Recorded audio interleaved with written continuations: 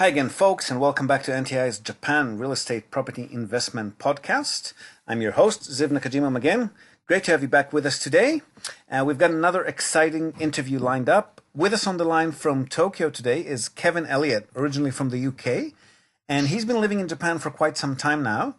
Now, Kevin is a property investing enthusiast himself, who's also been helping foreigners in and around Kobe and Osaka mostly to find foreigner-friendly places to rent.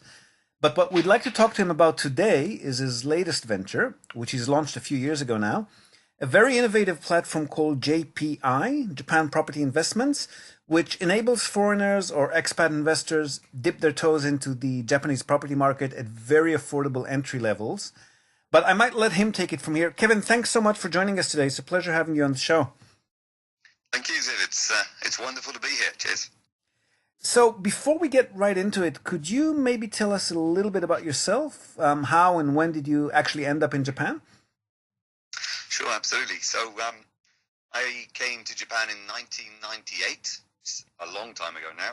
I was a fresh-faced graduate on the JET program, which many people living in Japan know as the Japan Exchange Teaching Program. I worked for a board of education, and I landed on my feet in Oita, which is down close to you in Kyushu. Yeah, we know it well. Yeah, it's a good place. Yeah. And when I arrived, there were just four of what I call obvious foreigners living in the whole city. Of course, there were plenty of foreigners in the city, but what I call obvious for people like me. And it was really quite a change from the multicultural Britain that I'd left behind. So quite a shock, but also quite an exciting shock as well. I spent 3 fantastic years teaching English in a number of junior high schools, elementary schools, as well as even being put out to the odd kindergarten, which was an experience. Oh, wow. Okay, so you started out as a teacher, and then what? Did you get into real estate straight away? Is that something you've been involved in when you were in the UK too, or how did that actually come about? Well, I suppose yes and no is the answer. My undergraduate days in England, studying business studies, I spent a lot of time watching TV. Probably not the best investment in my education, but I'd spend daytime television watching TV shows from the UK, like Homes Under the Hammer, Location, Grand Designs, basically anything to do with property. Of course, being a poor student, I had no money at the time and absolutely no hope of getting a mortgage. But in my second year living in Japan, I moved into an apartment that was just way too big for me. People think of Japanese apartments as being small and boxy, and they can be, but where I was living in Oita, I was renting a 4-bedroom apartment, and it was affordable, and I had 3 spare bedrooms, so why not? And that's the first time I became an accidental landlord. And accidental landlord, I just happened to have these rooms free, and another JET friend of mine he was stuck way out in the countryside, and he quit his job, moved to the big city of Oita, and needed a place to stay. So, of course, I rented him a room, and I was able to use what he paid me in rent to pay off all my student loans over the next 2 years. And I guess that's what began my property journey in a way. All right. And then after the 3 years of living in Japan, I headed back to England and completed a master's. Like a lot of people, I thought, oh, this is teaching and university, this is the way for me to go. And I completed a master's in East Asian history, came back to Japan, and then I was living in Kobe, which is a beautiful city. And that's really where my property journey began. It was about that time my first daughter was born in 2003, and somebody gave me, I think they kind of gave it me as a joke, Rich Dad, Poor Dad, because I became a dad, but reading that book, I thought, wow, this has to work. And I was thinking of moving back to England and doing it.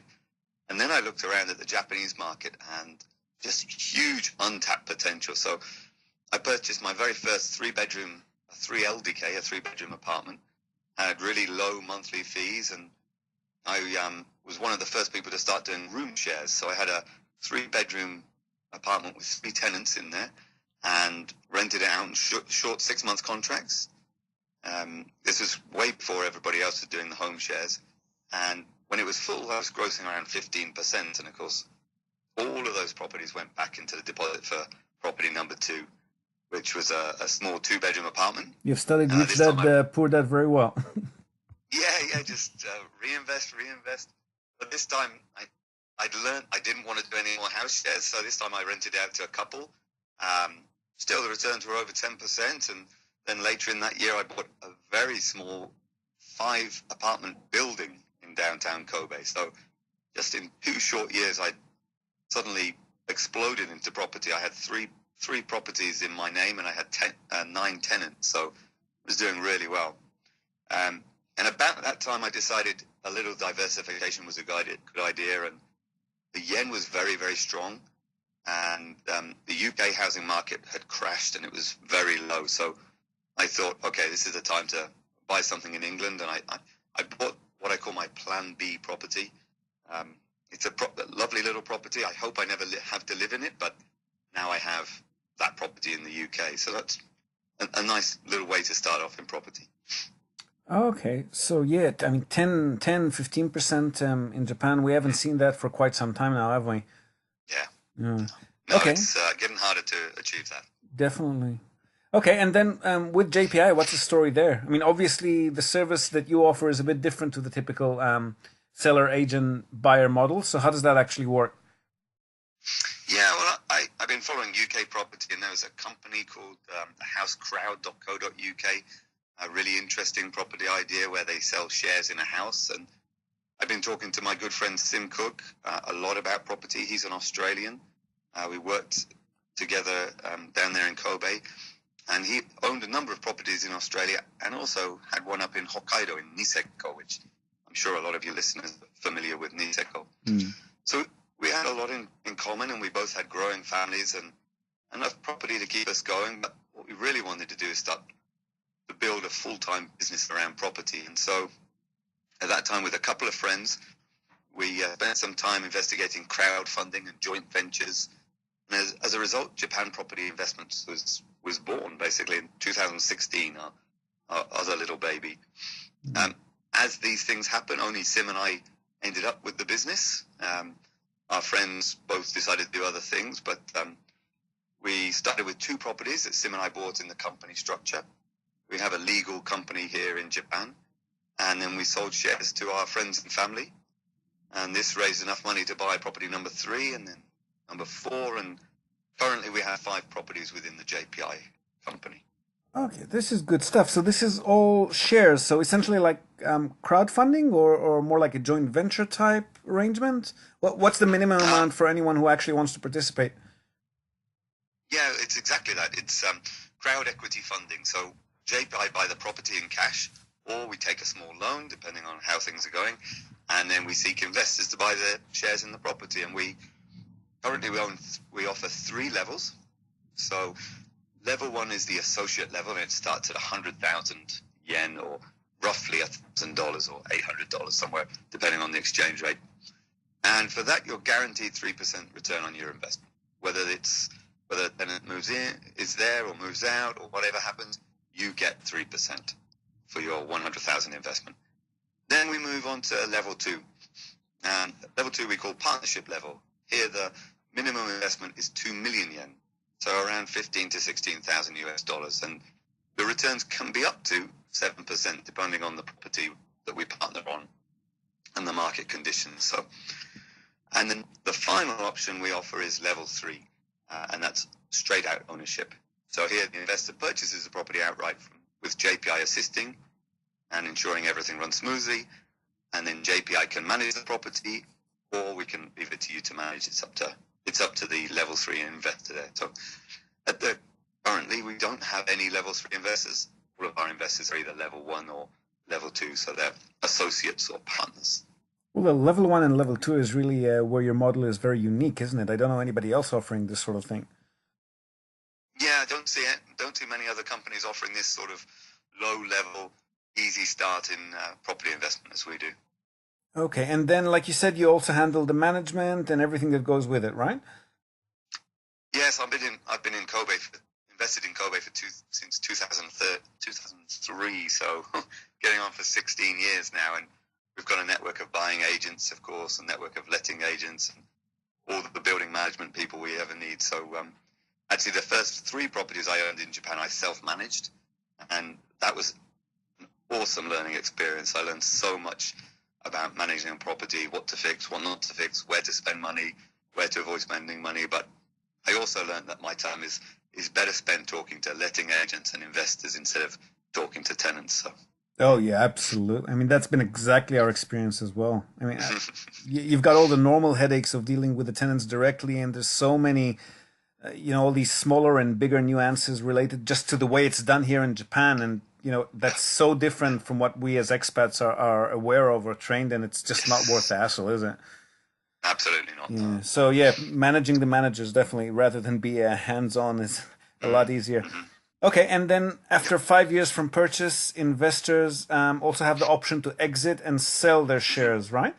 Yeah, that's right, yes. So how does that work? Do people even want to sell? I mean, we find from our experience that it's quite rare for anyone who's bought a property here to actually want to sell it. I mean, they're mostly buy and hold investors. I think we've only ever facilitated maybe 10% or even less sales in comparison with purchases. Yeah, I mean, property's best played as a long game, but we've only been going, like I say, since we've been going since 2016, so we're only 3 years old. So at the moment, we haven't had any investors make it to the 5-year mark. But when they do, they're given the option to sell their shares back to JPI, and Sim or I or somebody else in the JPI structure will buy them, or they can continue on a year-by-year basis and basically have to give us 6 months' notice when they're ready to sell. So it'll be exciting to see how many choose to stay with us, but like you, I think people will be in it for the long run. It's better to be in long and steady and just enjoy the benefits of owning an asset, right? Yeah, for sure. And then can they also sell the shares to each other? Do you have like a platform for them to be able to just trade it between themselves? At the moment, we don't have that. We've got it in the plans to have sort of if you get into difficulty, or if you just want your money back, or if you for whatever reason you want to sell out within the 5 years, we'd like to have a platform within the JPI. So we have an investor portal on the website, and that sort of trading platform is planned to go in the investor portal at some stage. Oh, brilliant. Okay, and then let's say they do choose to sell. Are they then free to just reinvest those funds into other properties, or just withdraw them in cash, whatever they want? Yeah, they can withdraw them in cash. That's just one option. Another option, if they're level 1 associate level, they might want to roll the money out, so not actually see the money, but roll it into a partnership level 2. Or if they feel comfortable with us and they've built up a long relationship with us, perhaps they want to use that money as a deposit and go into level 3 and have ownership outright. It's entirely up to them. Okay, that's really a great idea. It's a fantastic model for anyone who prefers to just invest smaller amounts as a start, or even just to diversify, because they want to be invested in more than one property with their budget. And anyone who's not interested in just direct hands-on ownership management, but they still want exposure to the Japanese property market. So it's kind of like a REITs in a way, isn't it? Yeah, you could liken it to REITs. Yeah, definitely. And which types of properties do you handle? Is it just residential, commercial, all over the country, particular areas? Just give us some of your typical deals, maybe. Yeah, I like to say that JPI and Sim and I, we're laser focused on one type of property. And if you visit the website, you'll see it all over the website. We look at one-room residential mansions, the one-room apartment between 16 and 25 square meters. Absolutely no more than 5-minute walk away from the nearest station. Of course, the tenant may, if the building allows, run a small office from the business, but we're just looking at residential only. And the reason for this is just the demographics in Japan. They support more and more people are leaving the countryside, moving to cities. You've got all sorts of people living alone, choosing not to get married. You've also got the husband that works away from home and just needs a small place to crash, sort of Monday to Friday. So these are all the reasons we just focus on the one-room apartment, and it's working very well for us. Yeah, that is a great focus. I mean, the smaller apartments are also the highest yielding ones. I mean, as far as rental income is concerned, at least. And how's the performance of the properties you've been sourcing so far? Okay, so you've mentioned investors are guaranteed a minimum of 3%, at least for the most affordable level. But I'm sure you've gone beyond that 3% in most cases, right? So this is where JPI we make our money by knowing the area and the buildings in the area. We're able to source properties with 8 or 9 or sometimes even 10% returns, and then by attracting investors who are interested in these properties and they're happy with a stable 3% return, JPI effectively gets the spread of between 3% and whatever the top side is. And so on our website, we have a slogan. It says, we have invest together, grow together. And that's really what we mean. Without JPI, our small investors would not be able to access the Japanese market. And without our investors, JPI wouldn't be able to grow as quickly as we are. So we're really looking at that win-win situation in there. That's brilliant. That's really exciting stuff, Kevin. Thanks for sharing. Now, folks, we here at NTI are actually planning to co-host a seminar with JPI and Kevin in Tokyo, hopefully towards the end of this year sometime. Hopefully Sim will be there too. And we're going to be talking to investors and potential investors about some general market trends, about the two models of direct ownership versus joint purchasing. We're going to brainstorm a bit about what the coming years are holding in store for the Japanese real estate market, or at least in our opinion.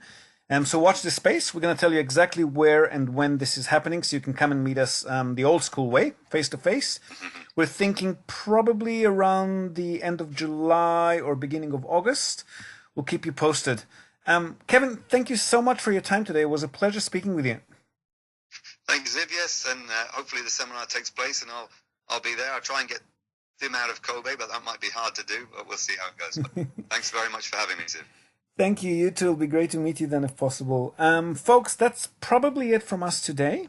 Just one heads up note for you. We've started doing Q&A sessions, so video, audio Q&A sessions. What that means is that you can record a short audio or video message, which includes a question or a particular topic that you'd like us to expand upon. And we're going to answer those questions, I want to say live, but it's not really live, recorded, but in the podcast. So please feel free to send your questions in to us, either via email. We're going to link to our website and, of course, to JPI's website in the show notes today.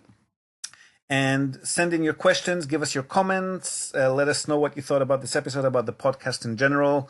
And most importantly, we would really, really appreciate it if you could leave us a rating. So 1 star for bad, 5 stars for good. Let us know what you think. That's in the iTunes store or the iTunes podcast directory. Let us know what you think about it. And we hope to see you with us next time. And until then, from all of us here at NTI and at JPI, we wish you a great week. And as always, happy investing.